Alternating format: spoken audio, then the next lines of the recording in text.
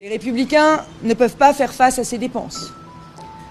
Je suis endetté personnellement à hauteur de 5 millions d'euros. On a une lourde ardoise, un lourd déficit dans la campagne, plus de 5 millions d'euros, et en particulier, immédiatement, 2 millions d'euros à trouver sous 5 semaines. Europe Écologie Les Verts et les Républicains ont chacun lancé un appel aux dons pour pouvoir assurer la continuité de leurs actions politiques. Mais comment les partis se retrouvent dans cette situation?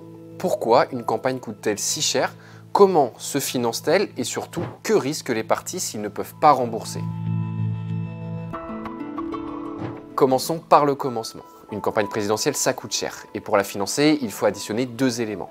D'un côté, une avance forfaitaire donnée par l'État à hauteur de 200 000 euros par candidat, et de l'autre, un recours au financement privé, par des dons ou des prêts bancaires, par exemple. Cet argent va servir à l'organisation de toute la logistique de la campagne, c'est-à-dire qu'il va payer le QG, les meetings politiques, l'impression et la distribution des tracts de campagne. À titre d'exemple, le meeting de Valérie Pécresse au Zénith de Paris a coûté 500 000 euros, selon nos confrères de Capital. Pour mener campagne, les partis s'endettent donc avec l'objectif premier, bien sûr, d'être élus, mais aussi celui d'atteindre au moins les 5%.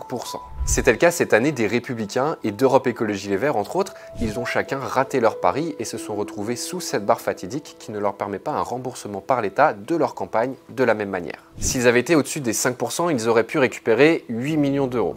En dessous, la somme n'est clairement plus la même puisqu'ils ne recevront que 800 000 euros. Et forcément, ce montant paraît dérisoire quand on sait que la campagne de Valérie Pécresse a coûté entre 14 et 15 millions d'euros ou que Europe Écologie Les Verts doit trouver 5,3 millions d'euros.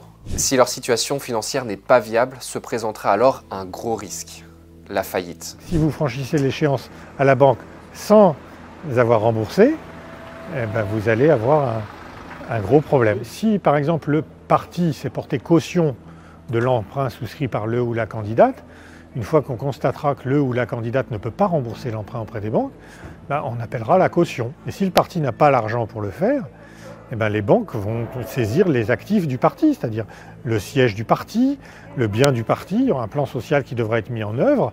À titre d'exemple, le Parti socialiste en 2017 a dû vendre son siège de Solferino pour ne pas disparaître, et même chose pour le Front National en 2011 qui a aussi vendu son siège pour éponger ses dettes. L'un des gros espoirs de ces partis en difficulté économique se trouve dans les élections législatives.